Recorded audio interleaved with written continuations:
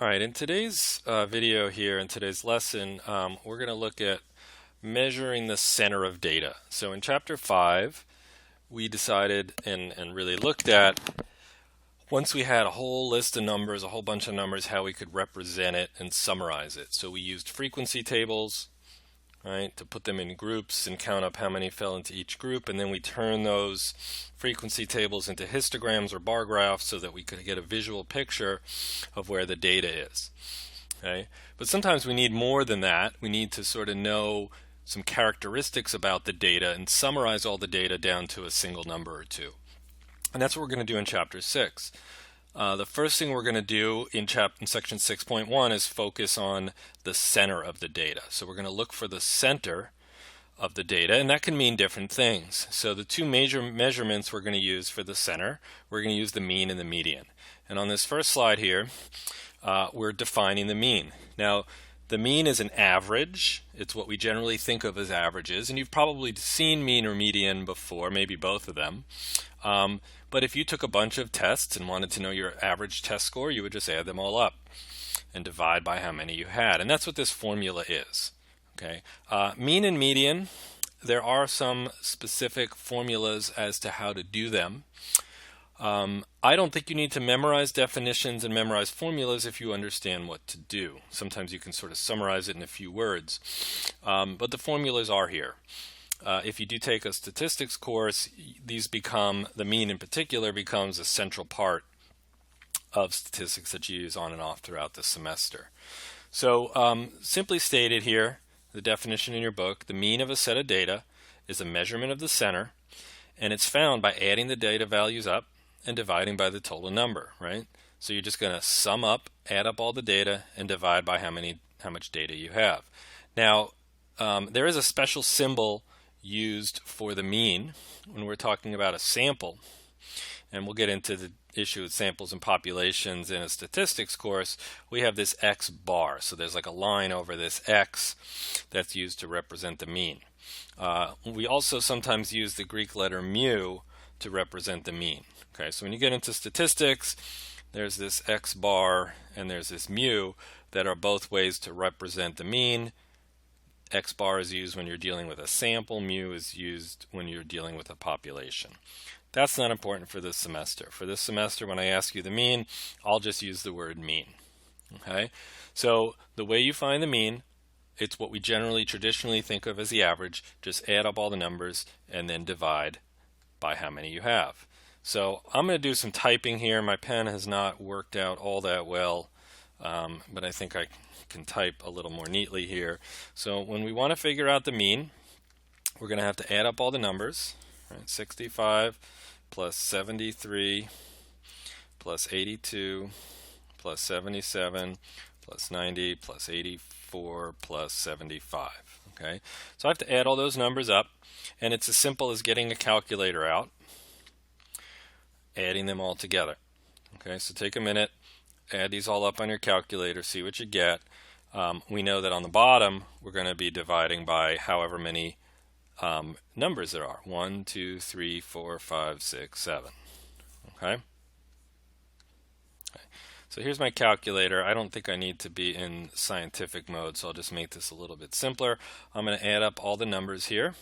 So I'm going to type in 65 plus 73 plus 82 plus 77 plus 90 plus 84 plus 75. Okay. Now, one thing you got to be careful with is that you know how to use your calculator. Since all of this is in the numerator, if you were trying to type this entire calculation in at once, you would want to think about putting parentheses around it. Okay. I'm going to just do the work here. This was 546, right? And then we're going to say, right, that equals 546, right, divided by 7.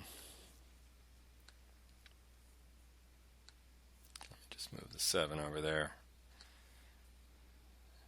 Okay. And then we just get our calculator out and take 546 and divide it by 7, and it turns out to be 78. Okay. Now we don't always get whole number values, and that's fine. We would just round to a certain number of decimal places if we need. Okay, so we would just round this maybe to 1 decimal place if we needed to. There's some sort of set of rules as to rounding and how much you should round. The general rule is to go 1 more decimal place than the numbers themselves. So since these numbers don't have any decimal places, if you did have to round, you would round to 1 decimal place.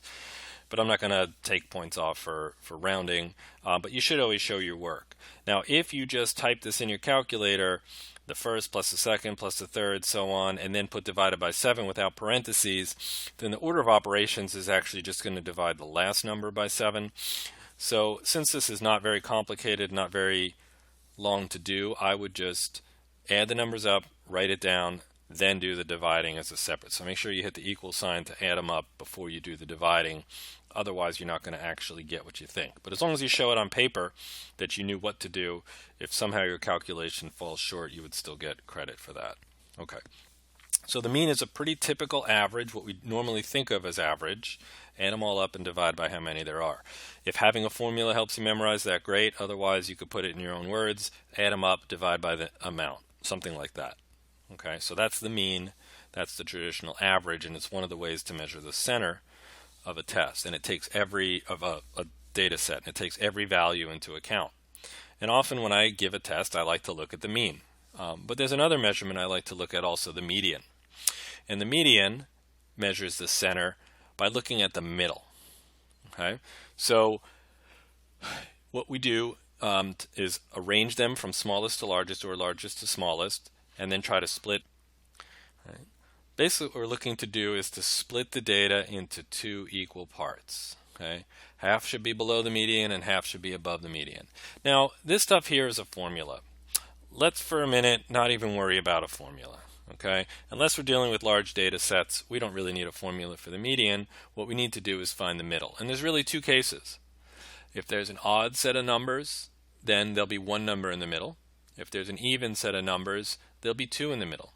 And then we'll have to find the middle of those 2 to figure it out. So let's look at this example here. The first thing we're going to have to do is put this list in order. Okay, so I can see the 65 comes first, the 73 comes second, then the 77, then the 82, then the 80. Oops, I forgot the 75. So we got to be careful when this happens. 77, 82, 84, 90. Now, when I do this, I always like to check 1, 2, 3, 4, 5, 6, 7, 1, 2, 3, 4, 5, 6, 7. Make sure I didn't miss any of them like I almost did. Okay, this is the same list of data in order. Okay, and now I need to find the middle. So I'm going to count 1, 2, 3, 4, 5, 6, 7. Right, the 77 is sitting right in the middle. Right, there's 3 to the left and 3 to the right. So in a case like this set of data, we would say the median equals 77.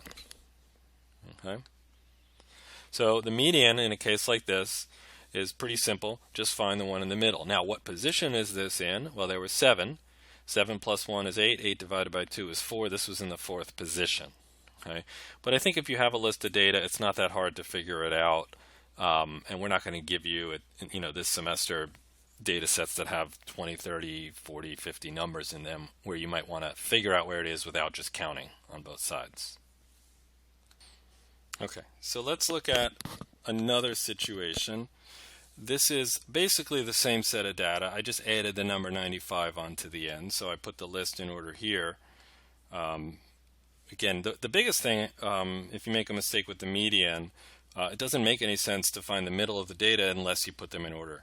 So if you decide to try to find the middle here, 1, 2, 3, 4. In this case, you might have gotten lucky with the median, but